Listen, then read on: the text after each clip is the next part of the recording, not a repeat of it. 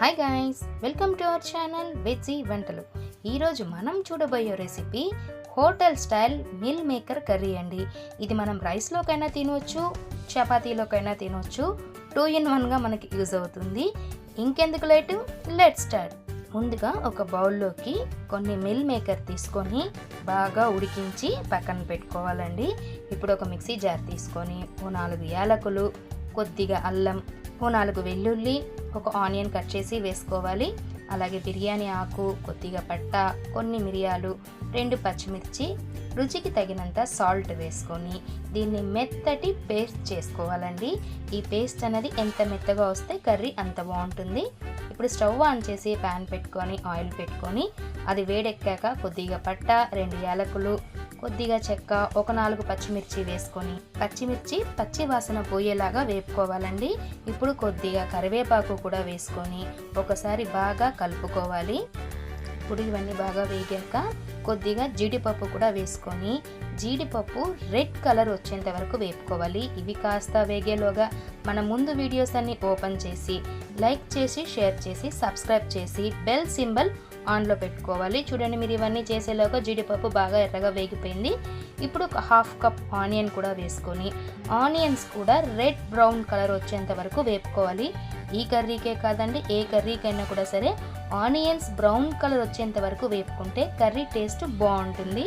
ఇప్పుడు మనం masala paste mixie వేసి పెట్టుకున్నాం కదా, ఆ పేస్ట్ కూడా వేసుకొని ఆ పేస్ట్ అంతా కూడాను పచ్చి వాసన పోయేలాగా బాగా దగ్గరికి అయ్యేలాగా బాగా వేపుకోవాలి. ఇవి కాస్త దగ్గరికి అయితే చూడండి ఇలాగా ఉంటుంది.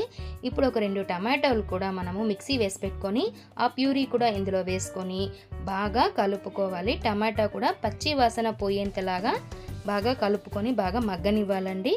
అప్పుడే కర్రీ టేస్ట్ బాగుంటుంది. ఇప్పుడు ఈ ప్యూరీలో కొద్దిగా వాటర్ కూడా యాడ్ చేసుకొని ఎక్కడ ఉండలు అనేది లేకుండా బాగా ఇలాగ స్మాష్ చేసుకోవాలి. అప్పుడే ఎక్కడ కూడా ఉండలు ఉండదు, చాలా బాగుంటుంది టేస్ట్ అనేది కర్రీ కూడా.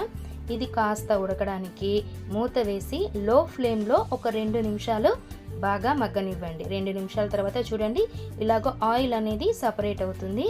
ఇప్పుడు కొద్దిగా కారపొడి, రుచికి సరిపడా సాల్ట్, కొద్దిగా ధనియాల పొడి, కొద్దిగా ఇంగువ కూడా వేసుకొని ఈ కారం మసాలాలు అనేది కూడా అన్నీ బాగా పట్టేలాగా కలుపుకోవాలి. మీకు అవసరం అనిపిస్తే కొద్దిగా వాటర్ యాడ్ చేసుకోవచ్చు, లేదు మీకు గ్రేవీగానే ఉంటే అలాగే ఉండనిచ్చి ఇదిగోండి ఇలా ఆయిల్ సపరేట్ అయ్యేలాగా మగ్గనివ్వాలి. ఇప్పుడు మనం ఉడకబెట్టి పెట్టుకున్నటువంటి మిల్ మేకర్ కూడా ఇందులో వేసుకొని ఒకసారి బాగా కలుపుకోవాలండి. ఎందుకంటే టమాటా ప్యూరీ, మసాలా పేస్ట్ అంతా మిల్ మేకర్కి పట్టాలి కదండి, అప్పుడే కర్రీ టేస్ట్ బాగుంటుంది. ఇలా ఒకసారి కలుపుకొని దీంట్లోకి ఒక 1 గ్లాస్ వాటర్ యాడ్ చేసుకొని అంతా బాగా ఒకసారి కలుపుకొని ఎక్కడ ఉండలు ఉండకుండా బాగా కలుపుకొని మూత వేసి లో ఫ్లేమ్ మీద ఒక 5 నిమిషాలు బాగా మగ్గనివ్వాలండి. అప్పుడే మిల్ మేకర్ అనేది మసాలాలన్నీ బాగా పట్టి టేస్ట్ బాగుంటుంది. ఎగ్జాక్ట్గా 5 మినిట్స్ తర్వాత చూడండి ఇలాగా ఉంటుంది. మీకు ఇలాగే వాటర్ లాగా కావాలి అనుకుంటే దీనిపైన కొద్దిగా కొత్తిమీర జల్లేసి స్టవ్ ఆఫ్ చేసుకోవచ్చు. లేదు మీకు కొంచెం గ్రేవీ అనేది గట్టిగా కావాలి అనుకుంటే చూడండి అలాగే ఒక 2 మినిట్స్ మగ్గనిచ్చారంటే ఇలాగా అయిపోతుందండి. అంతే అండి, ఎంతో సింపుల్ అయినటువంటి restaurant style meal maker curry అనేది రెడీ. సర్వింగ్ బౌల్లోకి తీసుకొని తినేయడమే తర్వాయి. వీడియో చూసి మీకు నచ్చినట్లయితే లైక్ చేసి షేర్ చేసి సబ్స్క్రైబ్ చేసుకోండి గైస్.